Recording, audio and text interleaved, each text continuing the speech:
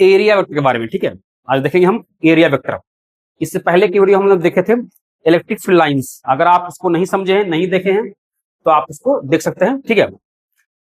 तो हम देखते हैं कि एरिया वेक्टर, तो अगर देखा जाए तो वर्ड में ही कंट्राडिक्शन है, ठीक है। अगर जनरली अगर बोला जाए कि एरिया क्या होता है, पूछा जाए कि एरिया किस तरह का फिजिकल क्वांटिटी है, तो एक्चुअल में क्या होता है, स्केलर क्वांटिटी होता है, ठीक है। अगर आप 9th क्लास 11th क्लास पढ़े होंगे तो एरिया क्या क्या माना जाता है, स्केलर क्वांटिटी माना जाता है। लेकिन यहाँ पर एरिया को वेक्टर बोला जा रहा है, ठीक है। तो एरिया को वेक्टर मानना है, क्यों मानना है, क्योंकि इससे पहले जो हम इलेक्ट्रिक फील्ड लाइंस बताए थे तो उसमें इस तरह का आइडिया आया था कि देखिए फिजिक्स में कुछ ऐसे टॉपिक्स है, ऐसा कॉन्सेप्ट, ऐसा आइडिया है कि किसी चीज को एक्सप्लेन करने के लिए कुछ को एज्यूम किया जाता है, ठीक है। तो इस तरह का टॉपिक को समझने के लिए बहुत जरूरी है कि आपको उसका आइडिया, उसका डीप कॉन्सेप्ट होना चाहिए, ठीक है, पता होना चाहिए। तो इलेक्ट्रिक फील्ड लाइंस था, उसी तरह कॉन्सेप्ट क्या है, एरिया वेक्टर, ठीक है। एरिया को वेक्टर के जैसा ट्रीट करना है यहाँ पर, और एरिया को वेक्टर मान करके हम जो आगे का टॉपिक जो पढ़ने वाले हैं वो एरिया को वेक्टर मानकर ही एक्सप्लेन किया जाएगा। वो टॉपिक है इलेक्ट्रिक फ्लक्स बोलेंगे, ठीक है, जो आगे वीडियो में देखेंगे हम लोग अगली वीडियो में। तो एरिया वेक्टर कैसे है, ठीक है, वो समझेंगे। तो बस सिंपल सी बात है कि एरिया का तो मैग्नीट्यूड होता है, आप जान रहे थे, एरिया है तो उसका मैग्नीट्यूड होगा 5 मीटर स्क्वायर, 6 मीटर स्क्वायर, ठीक है। अब यहां देखना है कि वेक्टर कैसे है, तो उसका डायरेक्शन किधर होगा। मेन कॉन्सेप्ट है कि उसका डायरेक्शन किधर होगा, उस सरफेस का डायरेक्शन किधर लिया जाए, ठीक है। तो वो समझते हैं यहां से। तो एरिया वेक्टर, ठीक है। अगर एरिया वेक्टर ही होता तो फिर वेक्टर लगाने की क्या जरूरत था, ठीक है, क्योंकि यहां पर ये आइडिया बता रहा है कि एरिया एक्चुअली वेक्टर नहीं था, लेकिन उसको वेक्टर हम मानेंगे, ठीक है। तो बड़ा बेसिक सा कॉन्सेप्ट है कि the area vector of a surface is a vector. Surface को, उसके सरफेस को क्या मान रहे हैं, वेक्टर मान रहे हैं, ठीक है। और वो सरफेस का अपना एरिया होगा और उसी सरफेस का अपना एक डायरेक्शन होगा, ठीक है। कहता है दैट है ना represents both magnitude and direction.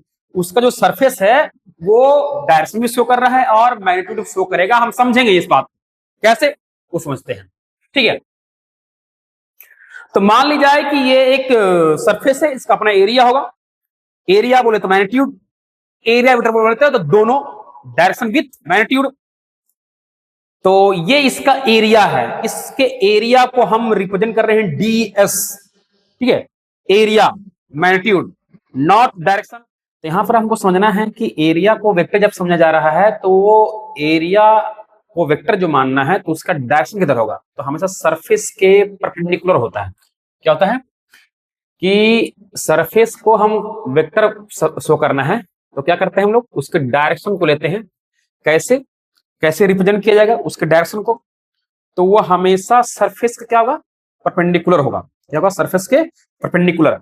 ये सरफेस है इस तरीके से, ये सरफेस है, इस सरफेस के परपेंडिकुलर अपवर्ड या फिर डाउनवर्ड। तो ये डायरेक्शन शो कर रहा है। अब इस डायरेक्शन में, इस डायरेक्शन का नाम देना पड़ेगा कि इस डायरेक्शन का नाम क्या है। अब ये डायरेक्शन शो कर रहा है। अगर आप देखें तो अर्थ के सरफेस पर, अर्थ के सरफेस पर अगर डायरेक्शन शो करना होता है, डायरेक्शन बताना होता है, तो नॉर्थ, साउथ, ईस्ट, वेस्ट, है ना। आप किसी खास फेमस जगह का नाम ले लेते हैं, ठीक है, उसके रेस्पेक्ट में हम बात करते हैं।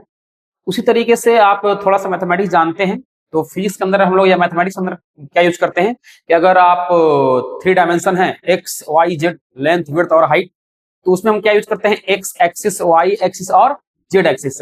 अगर आपको एक्स डायरेक्शन में किसी को रिप्रेजेंट करना है तो उसके लिए क्या लगाते हैं, आई कैप। वाई डायरेक्शन में शो करना है तो जे कैप, और जेड के लिए क्या करते हैं, के कैप। ये सपोर्ट है, बता रहा है कि इस डायरेक्शन में है, वेक्टर को समझाने के लिए, ठीक है। उसी तरीके से कि ये सरफेस के परपेंडिकुलर है तो इधर कौन है यूनिट वेक्टर, नॉर्थ कौन है, साउथ कौन है, जैसे कि वहां एक्स के लिए, वाई के लिए, जेड के लिए आई कैप, जे कैप, के कैप। तो इस सरफेस के परपेंडिकुलर के लिए क्या है, एन कैप, ठीक है। ये एन कैप यूनिट वेक्टर है, बताता है कि इस डायरेक्शन का नाम है, ये इस लोकेशन का, इस डायरेक्शन का क्या है, नाम है, लोकेशन का नाम है, ठीक है।